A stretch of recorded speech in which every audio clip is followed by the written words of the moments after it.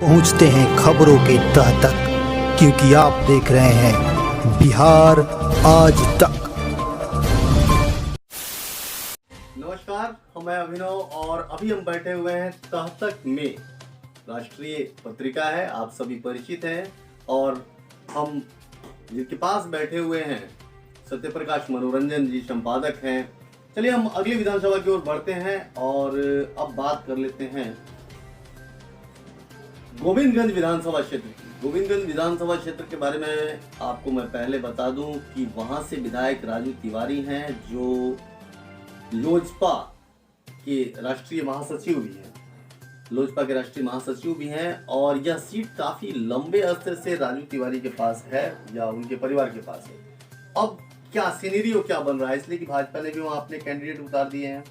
कांग्रेस के पुराने कैंडिडेट एक बार फिर मैदान में हैं और सर्वेश तिवारी जो कि काफी दिनों से कोशिश कर रहे थे कांग्रेस का टिकट लेने का, लेकिन उन्हें शायद मिला नहीं, तो वो निर्दलीय प्रत्याशी के रूप में मैदान में है। इस विषय पर कैसे देखते हैं, इस गणित को कैसे देखते हैं? देखिए, गोविंदगंज विधानसभा क्षेत्र ब्राह्मण और भूमिहार बनमरसी दो जातियों का बहुल क्षेत्र है।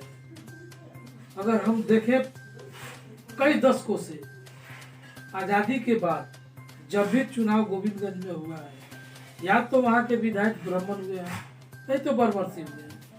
सीधे सीधे दो भाग में बढ़ते। पिछले चुनाव में गठबंधन से भाजपा के गठबंधन था लोजपा के साथ, तो उसके प्रत्याशी थे राजू तिवारी जी और महागठबंधन से ब्रजेश पांडे उम्मीदवार थे, कांग्रेस के चुनाव लड़ रहे हैं। तो बनमरसी का वोट कंप्लीट राजू तिवारी को मिला। ब्राह्मणसियों का वोट मतलब आपको भूमिहार का वोट, सर्व शब्दों में भूमिहार जाति का वोट वो राजू तिवारी के साथ था। और ब्राह्मण का 50% मत राजू तिवारी के साथ था, प्लस भाजपा का वोट था। तो फिर बहुत ज्यादा मतों से चुनाव जीते। किंतु इस बार वहाँ पे स्थिति भिन्न है। एक तो भाजपा ने अपने पुराने कैडर 2 बार 3 बार जिला अध्यक्ष रहे सुनील मणि तिवारी को चुनाव मैदान में ला करके खड़ा कर दिया। कांग्रेस ने पुनः ब्रजेश पांडे पर विश्वास किया। सर्वेश तिवारी भी ब्राह्मण जाति से आते हैं। उनके पिताजी आजादी के बाद से जब से पंचायती राज का गठन हुआ, मुखिया का पद उनके परिवार में रहा। उनके दादाजी मुखिया थे, उनके पिताजी मुखिया थे, अभी उनकी माँ मुखिया है। बिहार की अगर चर्चा की जाए तो बिहार के सबसे तेज तरार पत्रकारों में गिनती होती है सर्वेश तिवारी।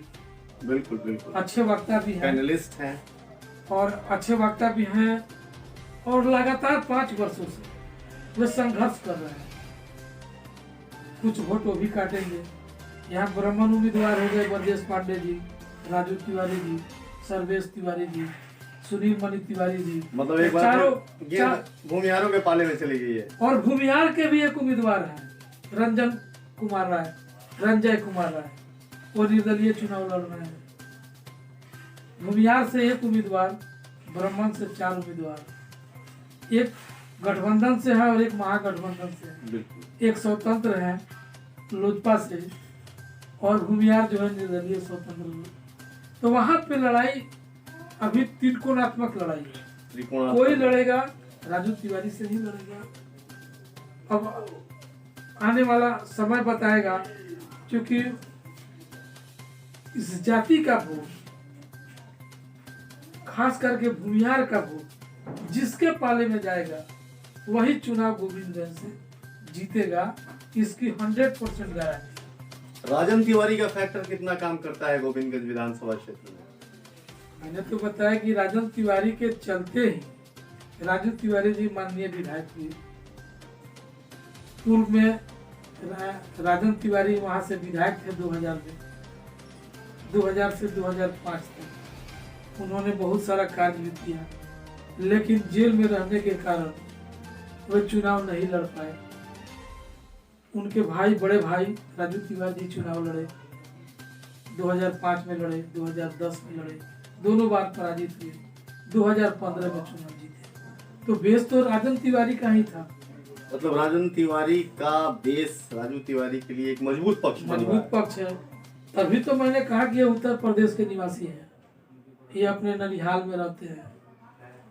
तो राजन तिवारी का बना बनाया एक लीक है जिस पर राजू तिवारी फसल काट रहे हैं।